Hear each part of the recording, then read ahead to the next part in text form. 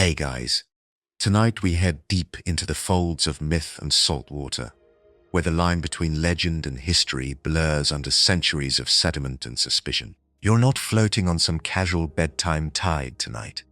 You're plunging into one of the greatest mysteries ever whispered through time, the lost city of Atlantis. Picture this: midnight waves crashing against black cliffs, lightning carving zigzags across the sky like some ancient god signing off his displeasure. Somewhere out there, beneath the ocean's moody surface, lies a city swallowed whole. Or does it? You're about to poke around that mystery, and spoiler alert, you probably won't survive this. Academically, because the minute you dip your toes into Atlantis lore, there's no climbing out without soaking yourself in conspiracies, wild maps, and at least one psychic dolphin story. So, before you get comfortable, take a moment to like the video and subscribe, but only if you genuinely enjoy what I do here. Now, dim the lights, maybe turn on a fan for that soft background hum, and let's ease into tonight's journey together. It starts not with a bang, but with a scroll. You're in ancient Greece now. The candles sputter. The scent of olive oil and overcooked fish clings to your toga. Somewhere in the distance, an amphora crashes. Someone's definitely had too much fermented grape juice. And in the corner of a quiet study, a man named Plato is scribbling something onto a wax tablet. You peer over his shoulder, nosy but fat, forgiven, and catch the phrase, "beyond the pillars of Heracles." That's the first breadcrumb.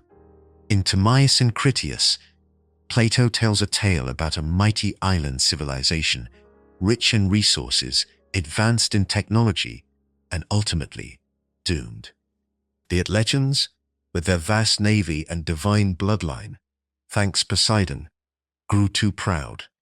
They tried to conquer the known world, but were ultimately punished by the gods, who wiped their entire island off the map in a single catastrophic day and night. Now here's the kicker. Plato says it's a real story passed down from Solon, an Athenian statesman who heard it in Egypt. But historians still argue whether Plato was being literal or crafting an elaborate political allegory. Some call it a moral fable wrapped in seawater. Others believe it's a distorted memory of a real cataclysmic event, like the volcanic eruption of Thera. Either way, you're hooked. You start tracing lines on old maps, like a 2 a.m. detective, convinced your cat's being replaced by an identical imposter. Pillars of Heracles is your first puzzle. You flip through ancient geography books, find scrolls, and it turns out that phrase likely refers to what we now call the Strait of Gibraltar. So, if Atlantis lay beyond that, you're talking about the Atlantic Ocean. Makes sense, right? Except, well, not really. Because back then, people didn't have the foggiest idea how wide the Atlantic really was. For all they knew, it just fell off into starry nothing. And here's a fringe gem for you. There's a theory that Plato coded mathematical clues into his writing, like some toga-wearing Dan Brown. Supposedly, if you convert his measurements in stadia, naturally, into modern units, Atlantis would have been roughly the size of Libya and Asia combined. That's enormous. Like, who gave these people an entire continent? Enormous. You drift deeper into Plato's tale. He describes Atlantis as a utopia, at least at first. The gods divided the island among 10 kings, all descended from Poseidon. Because apparently, nepotism is divine too. They had hot and cold running water, elaborate bathhouses, gyms, even a stadium. And the capital? Built in concentric rings of land and water, with bridges connecting them, like a nautical labyrinth.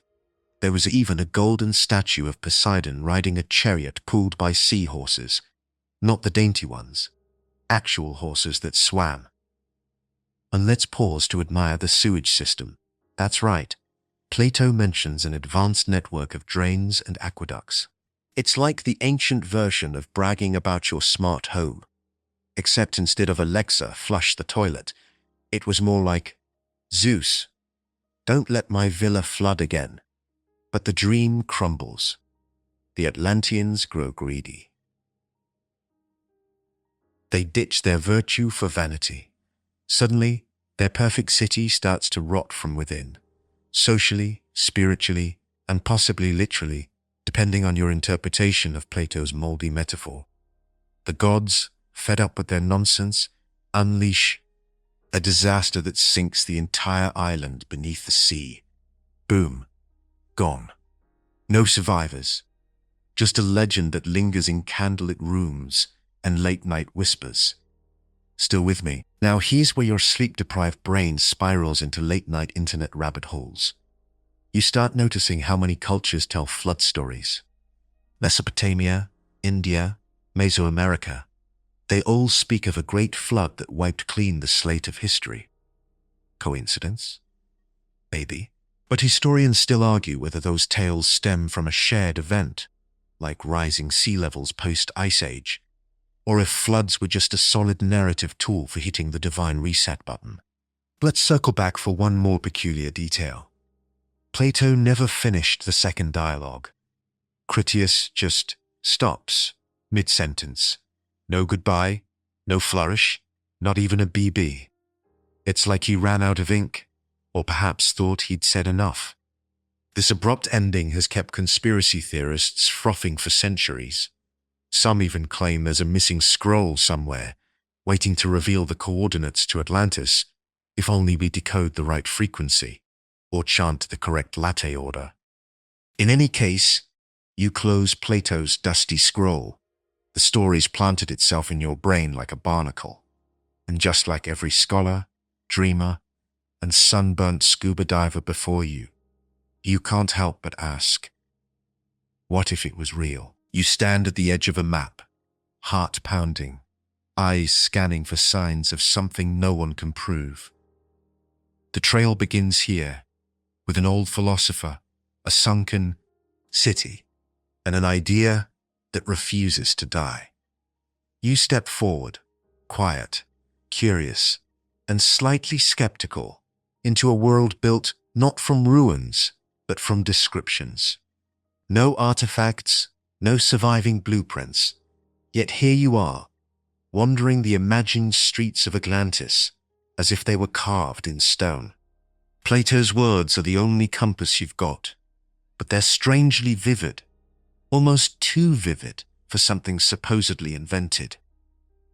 You brush past white limestone buildings that shimmer under a sunless sky, your footsteps echoing softly on marbled walkways.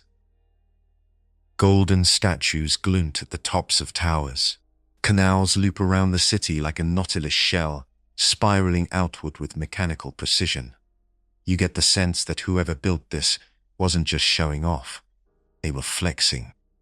The capital, Plato says, was a marvel. 3 circular harbors wrapped around the central island, connected by bridges and walled in by rings of water and land. You feel like you're in the blueprint of a clockwork kingdom. Boats slide silently through the canals, the water's so clear you can see the shadows of silver fish gliding beneath the surface. It's easy to romanticize. That's kind of the whole point. You duck into the temple of Poseidon, supposedly coated in silver on the outside and glowing red with orichalcum on the inside. That's your quirky fact of the night. Orichalcum, a mysterious metal, Plato claims, lined the walls of Atlantis, gleaming with an inner fire. Nobody's entirely sure what it was. Historians still argue whether orichalcum was a real alloy, maybe a form of brass, or just Plato's glittery imagination at work. One thing's clear, the guy had an eye for dramatic interior design. Inside the temple, incense curls up into the rafters like lazy smoke dragons. The scent's a mix of cedar, salt, and ambition. You pass carvings of sea monsters, not the friendly kind, and mosaics showing Poseidon embracing Plato, his mortal lover and mother of the 10 royal bloodlines. A bit much for bedtime, but okay. Outside, the city hums with order. Aqueducts wind across rooftops like veins, delivering fresh water to baths and gardens. Roads are perfectly straight, cutting through the city with obsessive alignment. There are racetracks, massive gymnasiums, hot springs, irrigation systems, and a public sanitation layout that, frankly, puts modern cities to shame. And don't even get started on their navy. Triremes line the outer harbor like sleeping sharks, ready to strike. You stop for a moment to imagine daily life. Farmers tending engineered fields, children splashing in geometrically perfect pools, high priests muttering rituals in front of solar-powered obelisks. Okay, maybe not that last one. But the point stands. The Atlatans had it all. Industry, culture, wealth, spirituality, and unnerving symmetry. And yet, something feels off. There's a strange sterility to it. Everything is too orderly, too perfect. It's like walking through a dream constructed by someone who read about cities, but never actually lived in one. There are no coffee stains, no bad musicians busking off hyphen key, no arguing lovers outside kebab stands at 2 a.m. Atlantis is flawless. And that's kind of the problem. Perfection, after all, doesn't last. According to Plato, the Atlanteans began as a noble people, brave, generous, spiritually inclined. But wealth, and possibly Poseidon's weird parenting, went to their heads. The empire spread too fast, conquered too much, and forgot its roots. The gods took one look at their bronze fountains and golden warships and went, "Yeah, this ends now." You climb to the Acropolis, the city's highest point, and watch the landscape shift. Beyond the capital, you see vast plains rich in resources, herds of animals, cultivated groves, and mountains brimming with precious metals. Plato claimed the soil was incredibly fertile, allowing for multiple harvests per year. Atlantis was, in essence, a self-sustaining paradise. Until it wasn't. There's no written record from Atlantis itself. No scrolls, no pottery, no receipts from their presumably overpriced juice bars. Everything we know comes from Greek hands. And yet, some argue, seriously, they argue a lot, that Plato's descriptions are too detailed to be fiction. Who includes flood drainage systems in their bedtime myths? Still, skeptics remind you that Plato was a philosopher, not a historian. He wrote allegories. He layered metaphors like a 7-bean dip. Maybe Atlantis wasn't a literal city, but a warning, a cautionary tale about arrogance, decadence, and the inevitable karmic facepalm from the gods.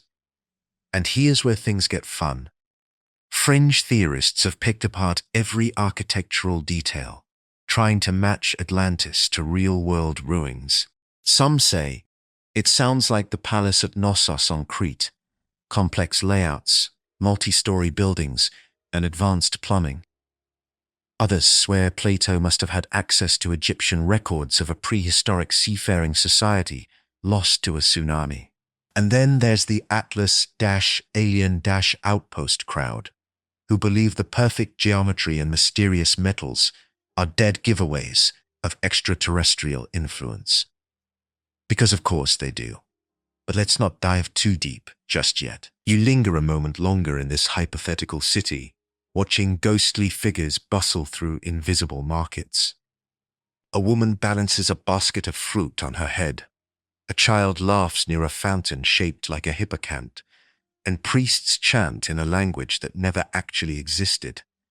You start to wonder, was Atlantis always a place?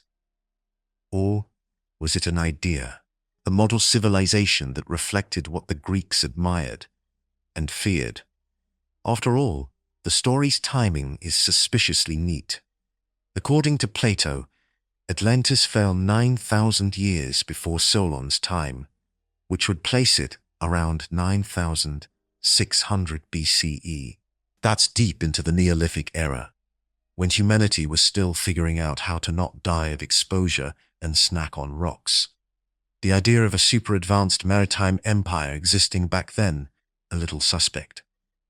But some researchers point to Göbekli Tepe, an ancient temple site in Turkey, as evidence that humans may have been building complex structures way earlier than we thought.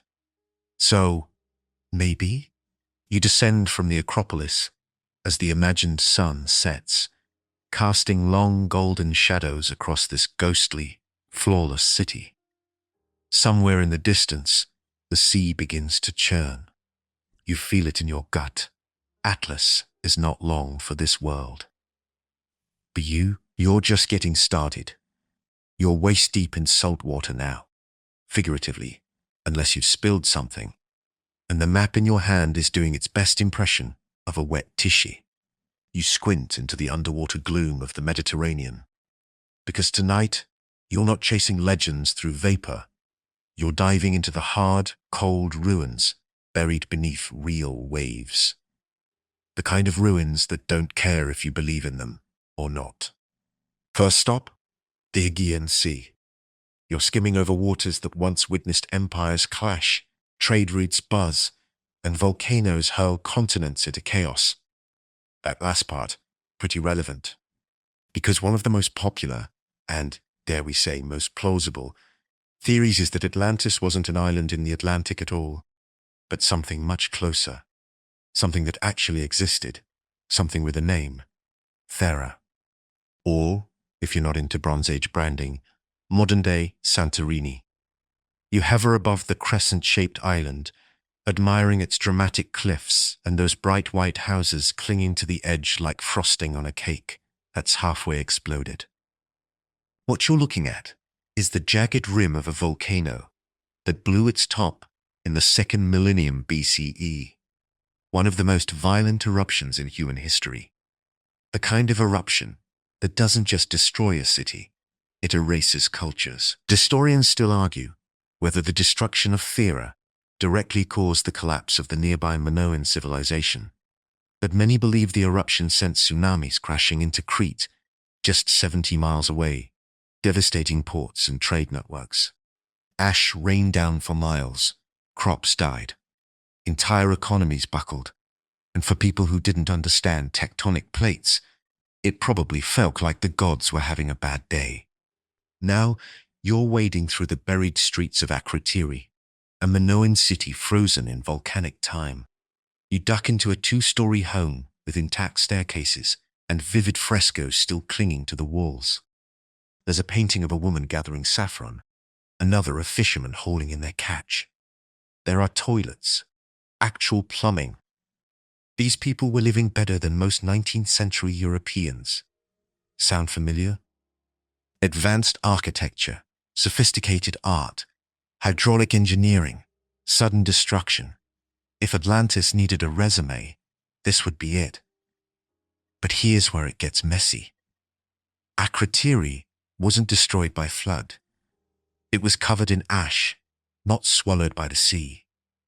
No gold-plated temples, no orichalcum disco balls, and, most critically, no war fleet set on world domination.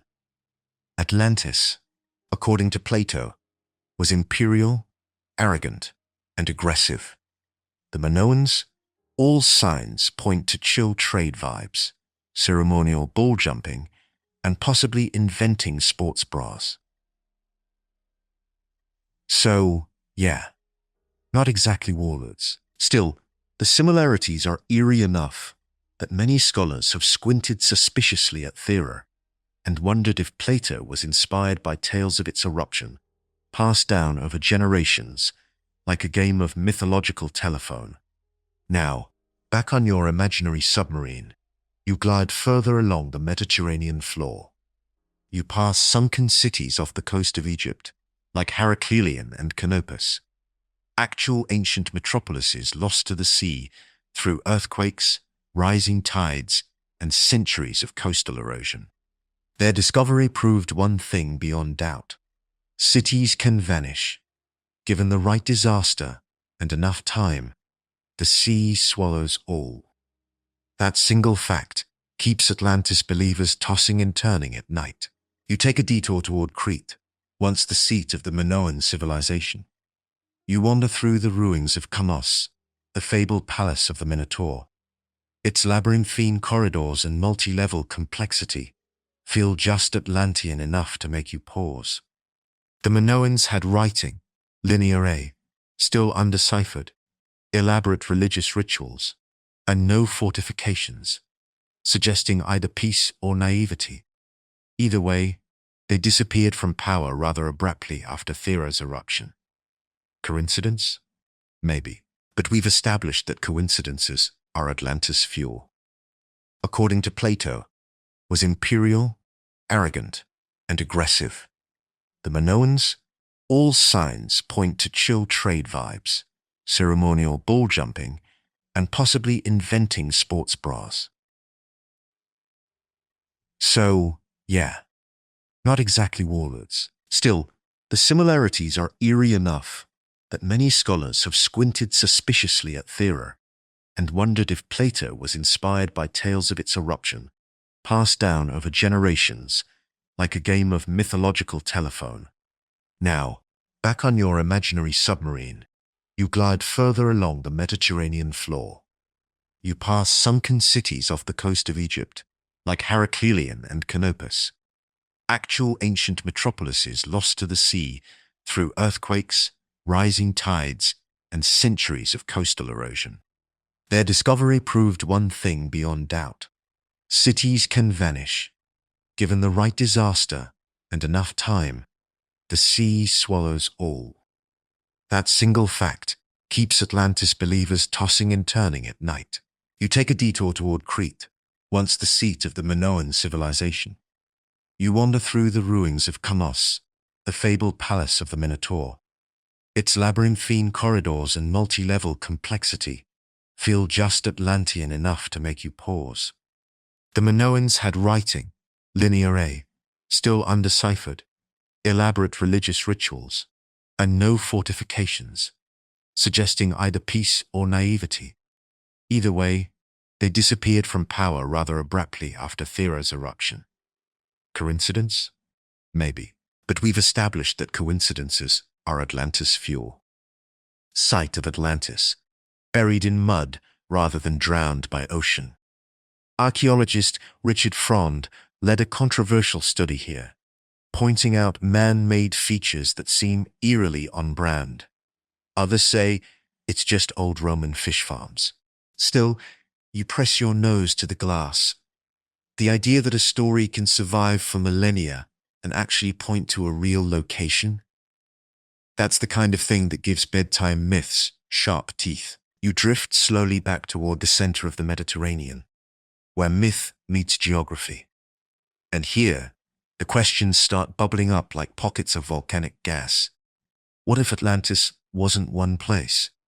What if it was 1,000 different stories stitched together, each thread from a culture that watched the sea rise, the earth shake, and entire cities vanish into legend? The Mediterranean is full of ghosts. Cities like Pavlopetri in Greece, completely underwater yet mapped with shocking precision. Ruins off the coast of Israel, submerged harbors in Turkey. You're floating over the remnants of entire lifetimes, real people, real stories, all erased by time and tide. And through it all, Plato's voice echoes like a distant sonar ping, warning, mourning, remembering. Or maybe just storytelling. You can never really be sure. But your journey's not done, because if Atlantis didn't die here, beneath these warm blue waters, then maybe it sailed on. Maybe it migrated into maps, dreams, and places no one expected, like the ones across the ocean. You hoist yourself out of the Mediterranean now, soaked in ancient salt and academic doubt, and dry off in the pages of the Renaissance, where Atlantics, like everything else, gets a dramatic European makeover. The year is something like 1492-ish, and you're flipping through scrolls, codices, and really enthusiastic maps inked by men with exceptional mustaches. Everyone's convinced the world is about to give up its secrets. And guess what? Atlantis fever is back, baby. The age of discovery is stretching its legs, and Europeans are busy sticking flags into whatever landmass doesn't move fast enough. But somewhere between Columbus trying to find India and magicians whispering about lost knowledge, you find the myth of Atlantis surfacing again. This time not under the sea, but under fresh layers of fantasy, nationalism, and nautical nonsense. Here's where things get gloriously unhinged. You stumble upon the Carta Marina, a gorgeous 16th century map that features not just coastlines, but sea serpents large enough to file taxes. And over in the Atlantic, mysterious islands. Names you've never heard of: Antilia, High Brazil, St. Brendan's Island. These aren't random. Many Renaissance cartographers believed these were remnants of lost lands, possibly even the Lost Land. Historians still argue whether early explorers mistook cloud banks, volcanic eruptions, or just overexcited imaginations for new islands. But the idea was contagious. Sailors swore they saw strange lights on the whole horizon, or landed briefly on islands that weren't there the next time. Probably fog, possibly rum. But the myth grew legs. You tiptoe into the dusty halls of Renaissance scholars, Francis Bacon, Thomas More, men who believed Atlantis wasn't just a cool bedtime story, but a blueprint. Bacon even wrote The New Atlantis, a utopian novella featuring science-worshipping philosophers in a perfect society. It's got healing pools, weather control, and something suspiciously similar to submarines. So either Bacon was channeling Atlantean wisdom, or just extremely ahead of his time. And here's your quirky nugget. In the New Atlantis, there's a place called Salomon's House, a research institution that many modern readers think looks an awful lot like a prototype for the scientific method. That's right. Atlas, in this retelling, becomes the birthplace of reason, which is ironic, considering where we're going in Section 6. But let's not jump ahead. You wander further into Renaissance obsession and stumble upon Kircher, Athanasius Kircher, to be exact. This Jesuit polymath, read dude who couldn't pick a major, published one of the first maps showing Atlantis, smack in the middle of the Atlantic Ocean. That's your historical fact. Kircher's 1665 map is a favorite among Atlantis hunters. Upside down, confusing, but clearly labeled Atlas, as if you'd just come back from a brunch date with Poseidon. Kircher believed Atlantis was real and connected to Egypt, which explains the pyramid, naturally. The logic: if it's big and made of stone, must be Atlantean. By that standard, your kitchen backsplash might qualify. You flip through his Latin annotations, dodging marginalia that reads like conspiracy bingo. Lemuria, alchemy, forgotten languages.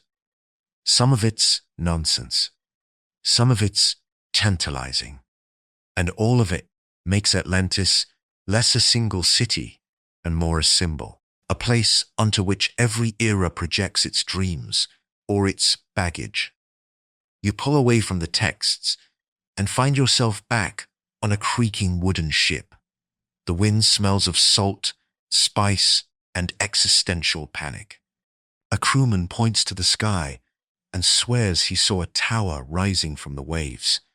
Another says he met a native who spoke perfect Greek. A third just quietly hums and sharpens a harpoon. Explorers at this time weren't just chasing gold. They were chasing answers. Lost continents, ancient technologies, the true origin of civilization. Atlantis fit perfectly into this fantasy. It wasn't just a city anymore. It was a promise. A golden age, forgotten but findable. You sail toward the Canary Islands, often tied to Atlantis theories, because of their location beyond the Pillars of Heracles. The islands have volcanic origins, stepped pyramids, and strange carvings. The Grunches, the indigenous people of the Canaries, were seen as mysterious by early Europeans, pale-skinned, with customs different from surrounding African cultures. Some atlatologists, yes, that's a thing, argued they were descendants of Atlatans, or stranded survivors, or interdimensional tourists. Again, depending on how deep into Reddit you've wandered. And just when you think it can't get weirder, along comes the myth of the Piri Reis map, an actual historical artifact drawn by an Ottoman admiral in 1513. It includes parts of South America and what some claim looks like the Antarctic coastline. Ice-free. Coup the Atlantic's buzz. Because if ancient mariners charted Antarctica before it was covered in ice, they had to come from somewhere. Obviously Atlantics, or aliens, or an Atlantean alien book club. Who's to say? You stare at the globe and start seeing gaps as possibilities. What if becomes a kind of spell? What if Atlantis existed, not just in one location, but many? A mother culture, a knowledge fountain, a traveler's tale, passed from firelight to firelight until it swelled into something eternal. You sit on the bow of your metaphorical galleon, hair tousled by trade winds, and gaze out over endless ocean. The Renaissance didn't just revive Atlantis, it mutated it, turned it from cautionary tale to geographical grail, a treasure that could make a man famous or mad, sometimes both. And the deeper thinkers, they saw something even more dangerous. Atlantis as a symbol of lost wisdom, the kind of wisdom that, if found, might change everything: politics, religion, science, human destiny itself. No pressure. So, you lean back, let the wind whistle through the rigging, and watch the sun dip below the horizon. Somewhere out there, past the limits of every known map, lies the next clue. Because soon, the myth takes a wild left turn. Across an ocean, toward a continent full of pyramids, stone heads, and civilizations that seemed too advanced to just be. Atlantis, in the minds of many, didn't sink. Now you cross the ocean. No bronze trireme, no Renaissance compass, just pure myth-fueled momentum. You float westward, a little seasick, on speculation, toward a landscape riddled with jungles, temples, and the unmistakable scent of ancient mystery. Welcome to the New World. You touch down somewhere in Central America. There's the buzz of cicadas, the humid crush of green, and the stone-paved silence of cities built long before Columbus ever misplaced a continent. Here, Atlantis gets a fresh passport stamp, and for the first time in centuries, it's not just about where it sank, it's about who might have inherited it. Because soon after Europeans discovered the Americas, many of them started whispering the same idea. What if this was Atlantis all along? You walk through the ruins of Tikal. The pyramids rise above the canopy like stone sails, catching the light of a low sun. Down below, stelae inscribed with hieroglyphs tell stories of kings, gods, astronomy, and time so cyclical, it makes your watch feel insecure. The Maya had mathematics, calendars, urban planning, and a deep understanding of the cosmos. Too advanced, said 16th century minds, to have developed all this here.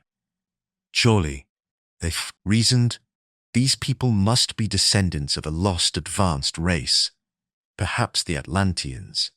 Historians still argue whether this impulse came from genuine curiosity or plain old Eurocentric discomfort? Probably both, but the theory stuck. The more impressive the ruins, the louder the Atlantic's comparisons. And then there were the Olmecs. You head further back in time and find yourself staring into the blank, unblinking eyes of a colossal basalt head. The Olmecs, often called the mother culture of Mesoamerica, carved these silent sentinels long before the Maya or Aztecs rose to prominence. They had writing systems, complex calendars, and ceremonial centers, but no one knows what they called themselves. Here's your quirky tidbit. Some fringe theorists, and let's underline that fringe, once argued that the Olmec heads couldn't possibly have been made by indigenous people. Their features were too African, they claimed, or too alien, depending on which rabbit hole you fell into. And naturally, Atlantis was invoked. Because if something old and mysterious existed, and you didn't immediately understand it, obviously, Atlantis did it. It's like the ancient equivalent of blaming your roommate for eating your leftovers. Convenient, vaguely plausible, and requires no self-examination. You press on to the North American mounds, giant earthen structures scattered across Ohio, Illinois, and the Mississippi River Valley. The most famous, Cahokia, at its height around 400 CE. It was larger than London, with pyramids, astronomy towers, and city planning. Most Americans have never heard of it, but the mythmakers noticed. In the 19th century, writers like Ignatius Donnelly, yes, that Ignatius Donnelly, the godfather of modern atlatology, argued that the mound builders couldn't be the ancestors of modern Native Americans. No. Their sophistication pointed elsewhere. Guess where? Yep, Atlantis. Donnelly's 1882 book, Atlantis, the Antediluvian World, became the manifesto for the whole idea that Atlantis had seeded civilizations around the globe. He connected flood myths, pyramids, linguistics, and agricultural patterns, all to the one-stop-shop explanation: a mother civilization lost beneath the sea. It was wildly popular and deeply flawed. Still, you have to admire the ambition. Donnelly claimed the Atlanteans were the first navigators, the first metalworkers, the first philosophers.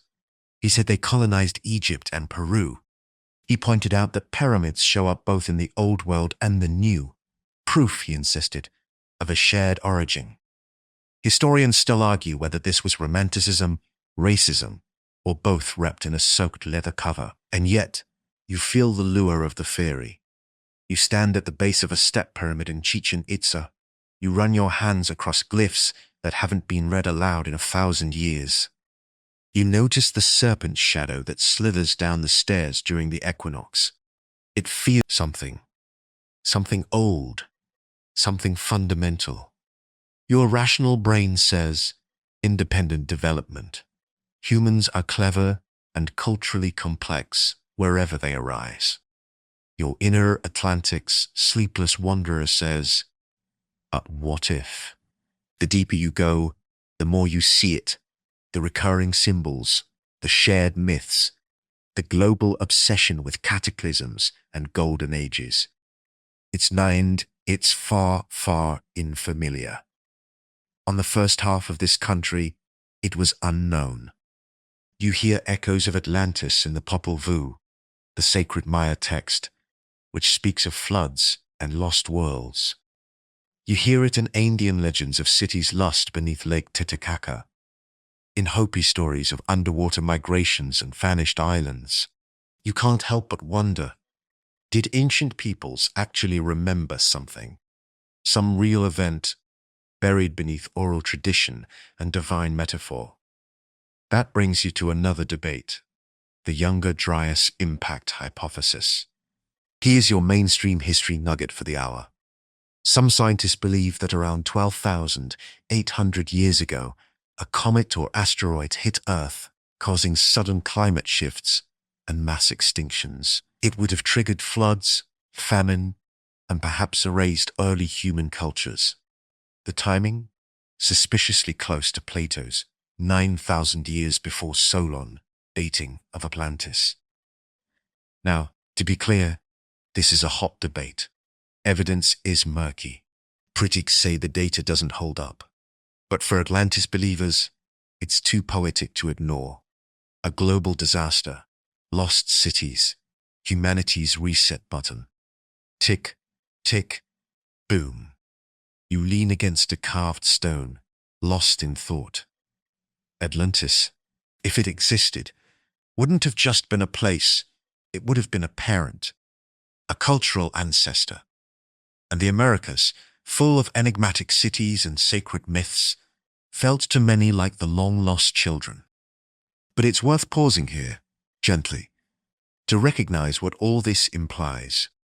That for centuries, people refused to believe that indigenous cultures, Maya, Inca, Mississippian, could have accomplished these feats alone.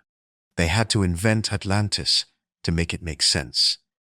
Sometimes, Atlantis is a mystery.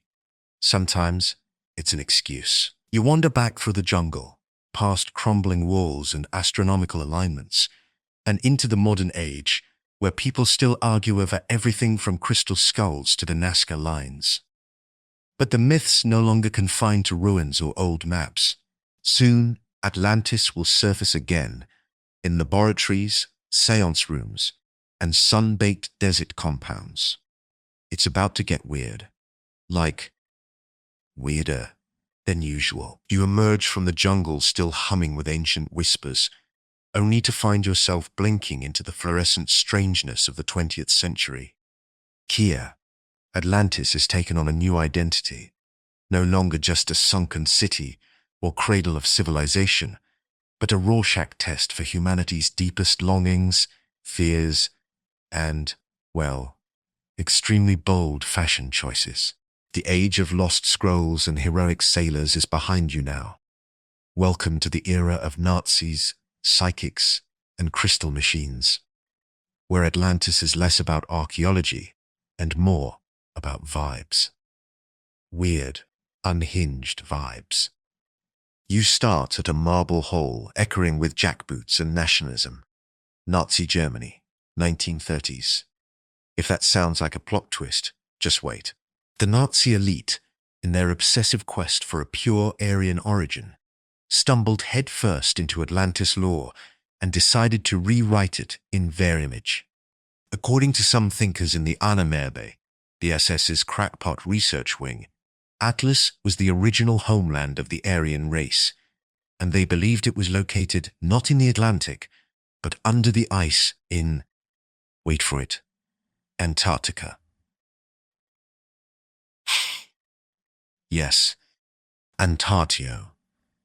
The logic, if you can call it that, was that the Atlas or a hyper-advanced era, Nazi had passed a police officer, which is deeply and social content, in a searching for something new and false calm.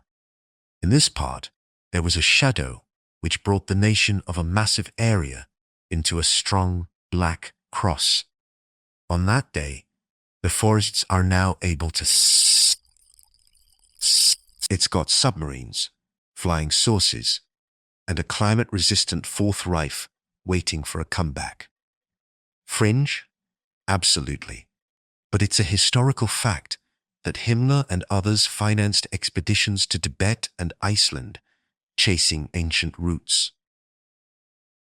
Historians still argue whether these were scientific missions or fever dreams, wearing hiking boots.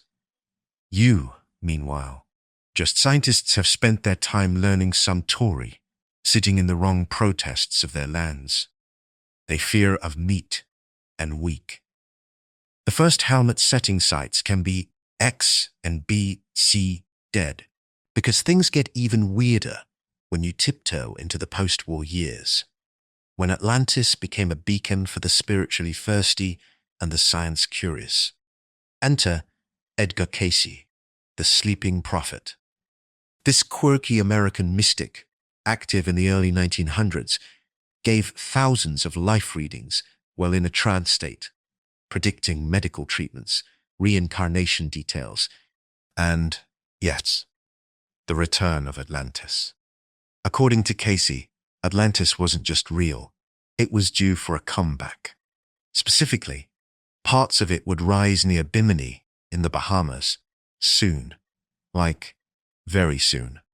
He predicted this in 1940. You fly to Bimini, because naturally you do.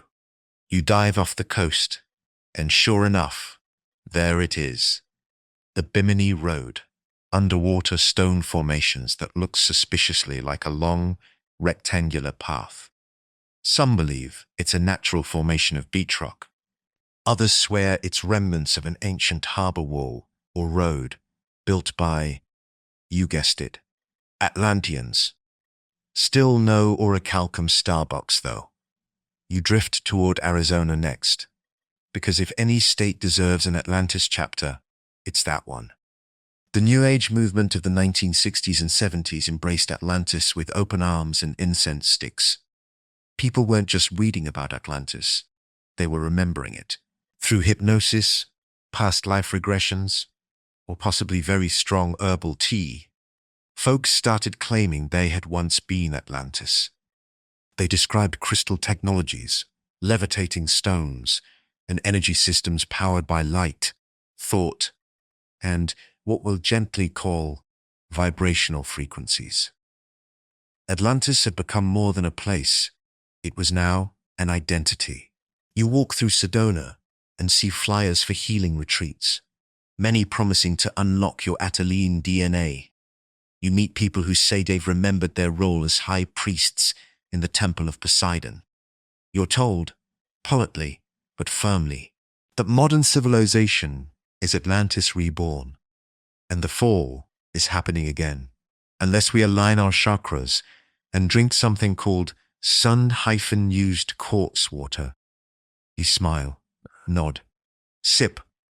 It tastes like disappointment and lemon. But in the middle of the weirdness, there's something oddly beautiful. Atlantis, by now, has become a metaphor for possibility, for what humanity could be. Casey's followers believed the Atlanteans destroyed themselves with greed and misused tech, but they also believed we could learn from that mistake, that Atlantis was our mirror and maybe our second chance. And here's your quirky gadget for the night. The Atlantean Crystal Energy Generator. Yes, it's a thing. Some inventors in the 1970s and 80s claimed to channel Atlantean blueprints to build machines that could heal the body, focus energy, or communicate with higher beings. One model reportedly used copper wire, quartz crystals, and etheric programming to harmonize the user's aura. Basically, a mystical Roomba with delusions of grandeur. He might laugh, but these devices sold. People built entire philosophies around them. Atlantis wasn't just a memory, it was a goal, a state of enlightenment, a way of being. Just sprinkle in a little sci-fi, some Lemurian love triangles, and the occasional alien ambassador, and boom, you've got the full Atlantis 2.0 experience. You pass through bookstores filled with pastel-colored paperbacks, each promising to decode the Atlantean language, explain the 12 lost prism energy grids, or help you remember your dolphin priestess past life. And while yes, it's a little kooky, it's also kind of endearing. Because what is Atlantis at this point, if not a deeply human yearning for more? More history, more connection, more magic. But not everyone stayed floating in crystal-powered bliss. Some researchers in the late 20th century went full tech detective, cross-referencing Plato with seismic data, analyzing satellite images, even comparing ancient flood myths with geological records. They were serious. They wanted answers. And some claimed to have found them. In Spain, in the Azores, in the Caribbean, in, strangely enough, Bolivia. Yes, you heard that right. The Altiplano region of Bolivia, high up in the Andes, has been proposed as a potential Atlantis location. Why? Plateau surrounded by mountains, ancient lake nearby, weird ruins. One researcher even tried mapping Plateau's dimensions onto the site. It kind of fit, if you squinted and held your tape measure upside down. Historians, predictably, rolled their eyes. But Atlantis had already mutated beyond history. It was mythology, the desire to belong to something great, to escape the limits of time, to find meaning in the ruins. And just when you think the story has peaked, when the maps have blurred and the ancient astronauts have packed up, you hear one last whisper on the wind. What if it's not lost? What if you've been walking through Atlantis this entire time? You pause at the edge of this strange, shimmering crossroads, halfway between dream and documentary, between Google Earth and Plato's parchment, and take a breath. Because now, you're staring down the strangest theory of all. What if Atlantis isn't gone? What if it's not buried beneath the sea, or locked inside a Himalayan crystal archive, or spinning quietly under Antarctic ice?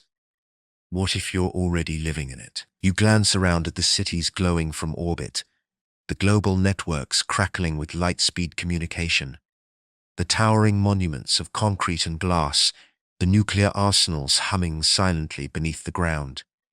It's not golden statues and chariot horses anymore, but you have air-conditioned skyscrapers, weather satellites, brain chip startups, and AI whispering lullabies to you at 2 a.m. It's not hard to see the parallels. Plato's Atlantis was advanced, yes, but also vain, indulgent, and smugly confident in its own perfection. Sound familiar? The world you walk through each day is saturated in innovation and convenience, but also fractured by overreach, distraction, and the subtle decay of humility. You check the boxes. A rich, powerful society? Check. Technologically advanced beyond all previous eras? Check. Incredible achievements in science, health, and infrastructure, paired with rising inequality, social unrest, and environmental collapse? Big check. Historians still argue whether Plato intended Atlantis to be taken literally, or if it was always a warning, a fable in marble wrapping, meant to showcase the downfall of a society that forgot how to be small. And here you are, standing in cities with glowing screens and automated everything, where your fridge can talk but your neighbors don't, where the ocean is warming and the ice sheets are melting, and parts of the world have already seen cities swallowed, not by myth, but by rising tides. You wander through downtown, any city, every city. The highways hum. Neon signs flash in 50 languages. People move like electrons, fast and oblivious.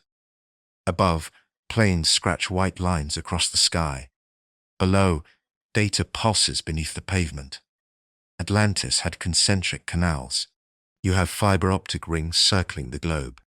They had warships. You have drones and hypersonic missiles. They had temples, and yes, they had sewers. At least you've got that in common. But then comes the strange part, the memory. Because here's your quirky but curious tidbit. Some philosophers and fringe researchers believe Atlantis isn't a story from the past at all, but one from the future, bleeding backward through time like déjà vu in reverse. The idea is that we instinctively know we're building a city too tall, a world too fragile, and so we invented a myth to warn ourselves in advance, like a time-looped moral fable. That idea isn't so different from ancient cycles of time found in Hinduism or Mayan cosmology, where civilizations rise, fall, and rise again, always forgetting the last collapse until it happens all over again. You sit on a bench overlooking a busy harbor. Ships pass. Planes descend. Somewhere in the background, a smartphone buzzes. You sip your coffee and squint at a cargo container that just says Atlantis Logistics. Of course it does.